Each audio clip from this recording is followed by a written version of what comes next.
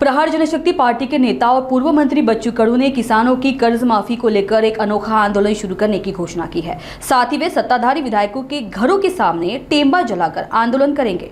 गले में नीला झंडा और हाथ में भगवा लेकर कडू खुद नासिक में कृषि मंत्री कोकाटे के घर प्रदर्शन करेंगे। बावनकुले के बयान पर खेद जताते हुए कहा, हमें आंदोलन की इच्छा नहीं लेकिन मजबूरी है। आज पुऱ्या महाराष्ट्रभर शेतकरी आणि प्रहारचे कार्यकर्ते सत्ताधारी आमदारांसमोर टेंब लावून आंदोलन करणार। गळ्यात निळा दुपट्टा राहील आणि हातात भगवा झेंडा।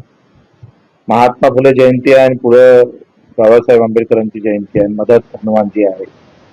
अशा जयंतीच्या पर्वावर हे आंदोलन ज्या शेतकऱ्याची दिवाय गेला दिव्याची वाते केलं गेलं।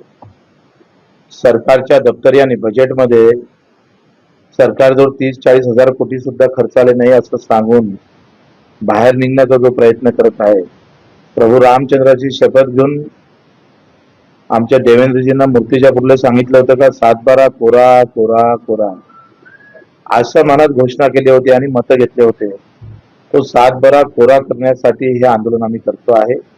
मी स्वतः आज माणिकराव कोकाटे जे कृषी मंत्री आहेत, शेतकऱ्याचं नेतृत्व सरकारमध्ये कृषी मंत्री घेऊन जे करतं त्यांच्या घरासमोर जाऊन आम्ही आंदोलन करतो आहे। दिवसा त्यांना शेतकरी दिसतच नाही, पण किमान हा रात्री आम्ही पाहतो हा कार्यकर्ता या शेतकऱ्याच्या व्यथा माणिकराव कोकाटेच्या घरासमोर जाऊन मी स्वतः आणि बाकी महाराष्ट्रात सगळीकडे आंदोलन होईल। सरकारनं जर हे मानलं नाही तर आंदोलन अधिक आम्ही पाहतोय धडाके बाजू समोर केलं जाईल। प्रत्येक 15 दिवसानं 20 दिवसानं महिन्याभरानं आंदोलनाची शृंखला चालू राहील।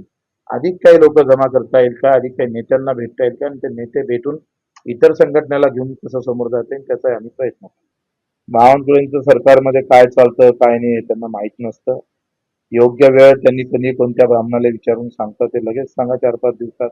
आम्हाला आंदोलन करण्याची काही हौस थोडी आहे, तुम्ही सांगा योग्य वेळची तारीख कोणती काय असतं ते।